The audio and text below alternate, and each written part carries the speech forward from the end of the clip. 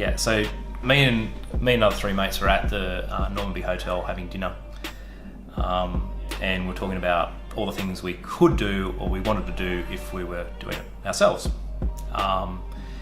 and that sort of that was a great conversation. Didn't really go anywhere until the opportunity was presented to us about 6 months later, and it didn't look like we were going to have a job.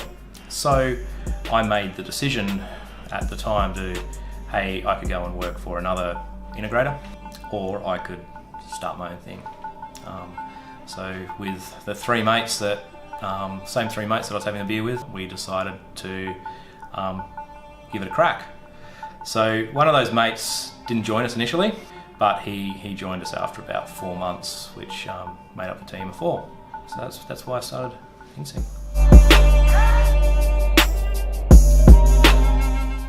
If I think about actually why we started it, is because we thought we could do a better job and get a better outcome for customers in Queensland. The way IT service providers worked hadn't really transformed in 10, 15 years, and it was very, what we were seeing was that it was very scope driven. Focus wasn't on the actual outcome. So we saw that as an opportunity to have a systems integrator that actually focused on the outcome as opposed to what's written on the piece of paper. The main challenge for me has not been believing in myself. I've always believed in myself and backed myself 100%. The main challenge that I find is it doesn't matter how big you are, is that when you're the boss, you don't have another boss to go and seek permission from.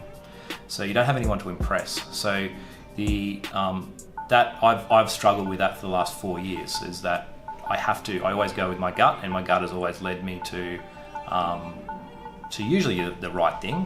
We've stumbled along the way, but I'm confident in going with my gut, but I don't have a boss to impress. So the only person that I can impress is, I guess, the staff that work for us and work with me. So I find that's been a big challenge.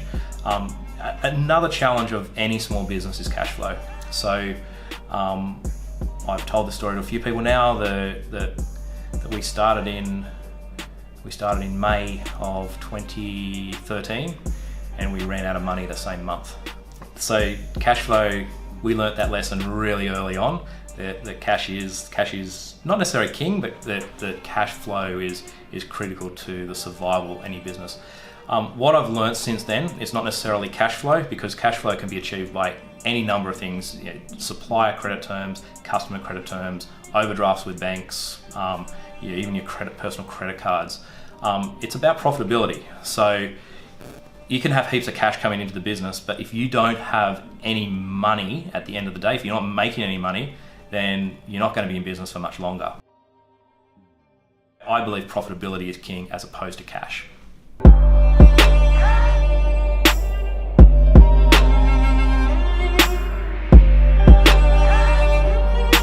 So if I had my time again, I wouldn't have waited so long. We had a great idea 6 months before we started InSync. We should have just backed ourselves and done it then. In hindsight, I would not have done anything differently. I would not have chosen different partners. I would have not chosen different staff. I would not have chosen different customers. Everything has worked out for a reason. So where things haven't gone well, which you regret doing, it's not a regret, it's a lesson that we've learnt. Do we make the same mistake again? No, we don't. But would we not do it to learn that lesson? No bloody way. So I'm always positive about our failures.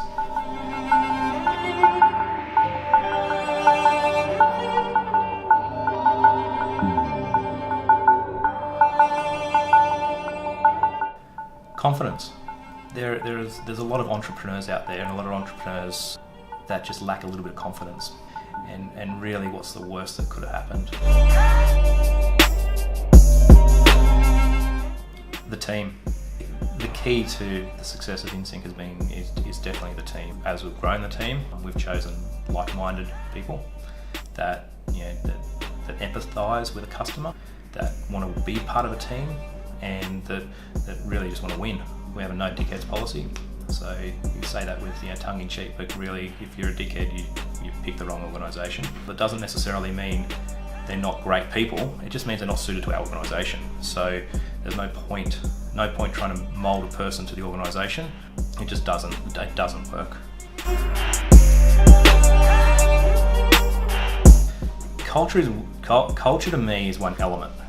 So you can have a great culture, and you can have, people can say you've got a great culture because you've got beanbags and a table tennis table and a pool table, and don't get any ideas, we're not getting any of those. That to me is not culture, right? That's atmosphere, or that's office space. So culture to me is where you actually find 2 or 3 or 4 or 5 people that actually want to spend time with one another outside of the 4 walls of the office.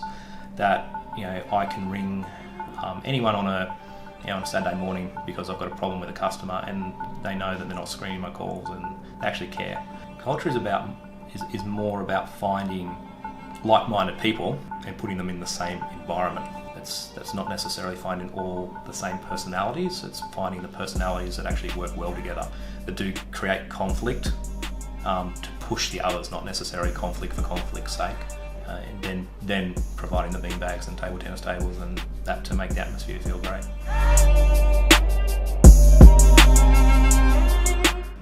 The culture of an organisation comes from the top. If you have a leader at the top of the organisation that is very direct and very specific and very arrogant and all the rest of it, that will actually breed out through your staff members. So that might be the kind of culture you're trying to.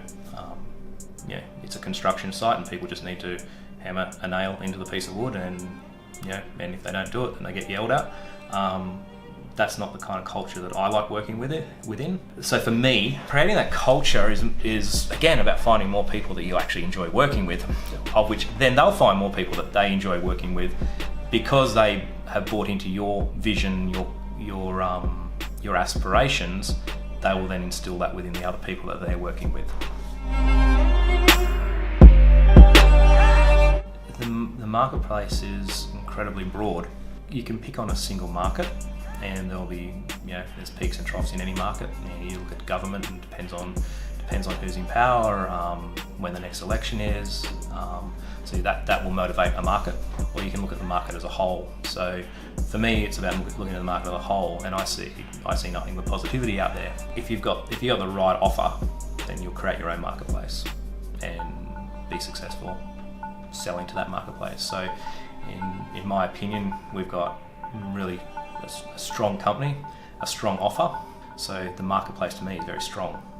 So we can go into that marketplace, into any vertical or into any geography, and be successful because of the other attributes that we've got.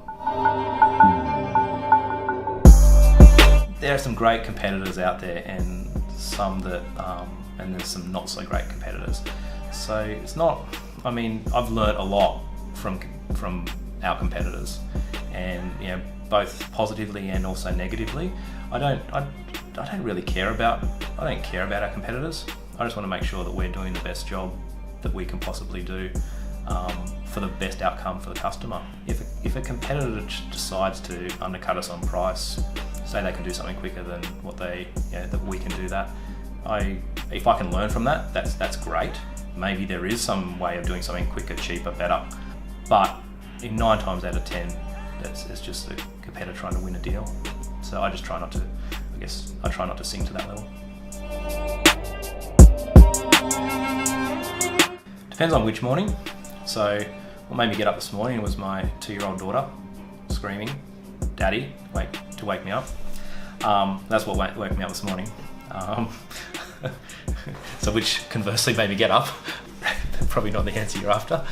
I get up in the morning to come to work, and I get up in the morning to have some fun. There's some mornings where you don't want to get up because it's going to be a really crap day. But the sooner you actually get over that crap day, the sooner you have a better day. So it's I do my best work of a morning. So I'm generally an early riser. I'm up anywhere between 5 and 6. I probably should fit some exercise into that somewhere. And I try and start early, and that's not necessarily to be ahead of anyone else. It's more that case of that's when I'm most productive.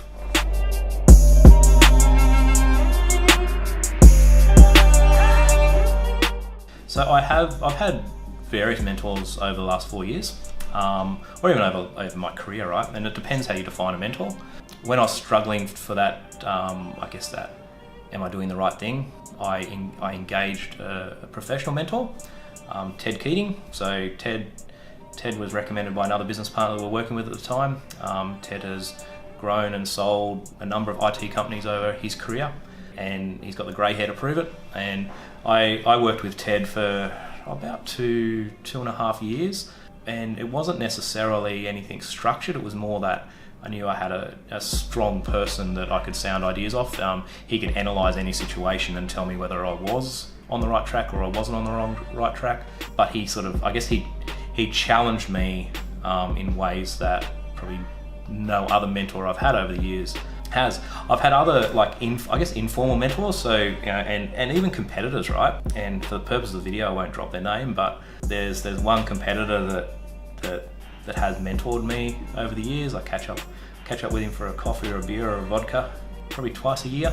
Talk about things and ask, bounce ideas. He's been through this and runs a much larger company than InSync, but I've always found that he's always been willing to listen, willing to give honest advice, and then we go about our normal day. Other mentors can be, you don't necessarily need to be mentors, but it can be. I'm constantly seeking advice or opinion from people. So I could go to one of the team members and say, what do you think about this idea, or what do you think about that idea, and just get their, gauge their opinion on that. So I sometimes see that as mentoring as well. I enjoy working, but I also enjoy not working. So the balance, for me, finding that balance might mean that I actually work 80 hours this week, because I'm enjoying what I do.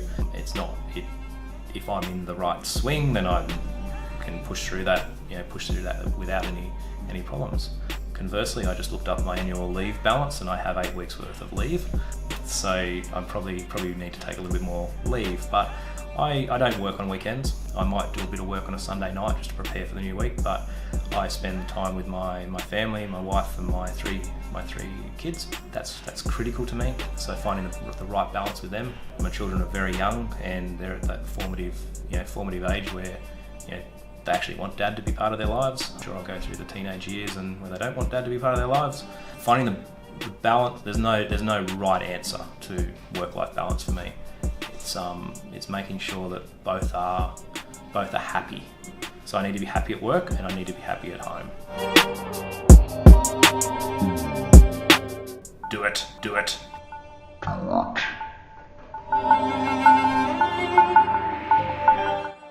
don't know whether I should be saying the next financial milestone for InSync is to be a $10 million company.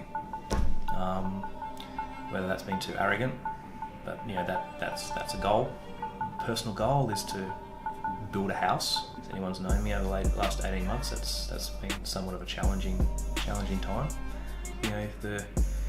The short-term goal is actually just to get through this side of the financial year without any casualties. It's always a stressful time of year that you don't want to burn anyone out. You don't want to burn yourself out at the same time. Probably a midterm goal for me is to actually just have a week off. About this time last year, I wanted to go to Microsoft Worldwide Partner Conference, and I wasn't allowed to.